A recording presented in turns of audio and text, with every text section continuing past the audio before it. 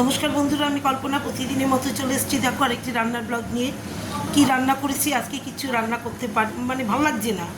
কালকে তো করেছিলাম মাছ টাছ, দু রকমের মাছ করেছিলাম, তারপরে অনেক কিছু বড়া টড়া করেছিলাম। হ্যাঁ, আজকে পেঁয়াজি, যেটা বড় বাবু খাবে বলেছিল, সে আবার বিকেলে গিয়ে আবার নতুন করে করতে হয়েছে, আবার অনেক কিছু। এর জন্য আজকে আমার একটুও ভালো লাগছে না রান্না করতে। দেখো আমি কি রান্না আজকে এখানে করে নিয়েছি। গরম গরম ভাত, দেখো গরম গরম ভাত করে নিয়েছি।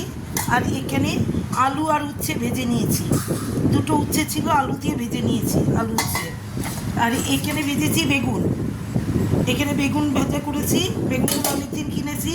আর এখানে করে নিয়েছি দেখো ডাল, এই যে মুসুর ডাল, পাতলা করে মুসুর ডাল, কারণ মাকেও তো ভাত খাওয়াতে হয়। দেখো পেঁয়াজ দিয়ে, কালো জিরা, শুকনো লঙ্কা, তেজপাতা ফোড়ন দিয়ে এই দেখো মুসুর ডাল করে নিয়েছি, একবারে গঙ্গার জলের মতো।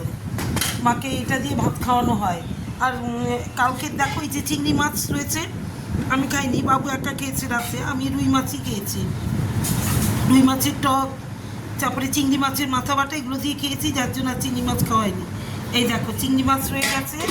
আর এখানে রয়েছে এক পিস কালকে রুই মাছ, এক পিস রুই মাছ, টকের মাছটা। আর এখানে এখন দেখো আমি কী করছি, দেখো আবার বাবুকে বলেছি ডাল দিয়ে, পেঁয়াজের ডাল দিয়ে পেঁয়াজি দিয়ে খাবি। এই যে পেঁয়াজি ভাজছি, দেখো পেঁয়াজি ভেজেছি, এখানেও ভাজছি, এখনও ভাজা কমপ্লিট হয়নি আমার। এই দেখো এখানেও পেঁয়াজি ভাজছি। এই কটা ভাজলেই আমার কমপ্লিট হবে, তারপরে স্নান করতে যাব। এইবার দেখো এই যে তাহলে আজকে আমার মেনুগুলো হচ্ছে, এই যে গরম গরম পেঁয়াজি, এই যে গরম গরম পেঁয়াজি, আর চলো দেখাচ্ছি। আর এখানে হচ্ছে গরম গরম ভাত, বেশিক্ষণ হয়নি ভাতটা নামিয়েছি। গরমেতে ফ্যান চলে তো রান্না করে, ঠান্ডা হয়ে যায়।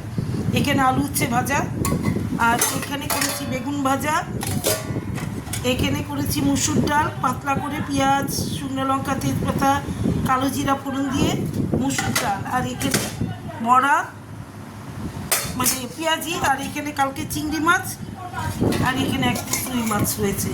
আর মাছ জন্য এখানে স্যুপ করা হয়েছে, দেখো মাছ জন্য এখানে স্যুপ করা হয়েছে, গাজর, টমেটো, পেঁপে টেপে দিয়ে একটা স্যুপ করা হয়েছে।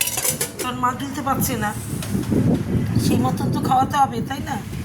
তার কী করবো বলো, ফেলতে তো পারবো না, কিনতে পারছে না। এবার এইভাবে আমার শাশুড়িকেও আমি এইভাবেই খাইয়েছিলাম, তাও তো মা একটু গিলতে পারে, আমার শাশুড়িকে চামচ দিয়ে দিয়ে খাওয়াতাম।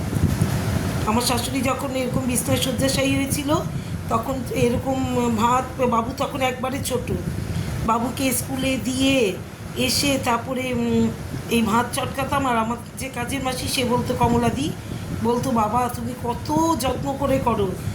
আমার শাশুড়ি আয়ার কাছেও ভাত খেত না, আয়া বৌদি যে ছিল আমাদের, তার কাছে খেত না, আমার কাছে। আমি যখনই আসবো তখনই আমাকে খাওয়াতে হবে, এর জন্য বাইরে বেশিক্ষণ থাকতাম না তখনই। শাশুড়ি যতক্ষণ জীবিত, মানে জীবিত, তখন তো বাড়িতেই থাকতাম আমার শ্বশুরবাড়িতে। শাশুড়ি মারা যাওয়ার পর বাবা নিয়ে এসছে এখানে, কারণ ওর বাবুর বাবা বাইরে থাকে, একা একা থাকা সম্ভব না এত ওই বাড়িতে, একা বাড়িতে। এই যে বাবু তখন ছোট ছিল, বাড়িতে চলে এসেছি, তখন নিয়ে এসছে বাবা, আমার বাবা। তাহলে অনেক গল্প করে ফেলেছি। শুভ দুপুর, তোমাদের হয়তো ডিস্টার্ব করেছি তোমাদের খাওয়া দাওয়ার। হ্যাঁ ঠিক আছে, তোমরা শান্তি মতো খাও, ভালো থেকো, সুস্থ থেকো, টাটা।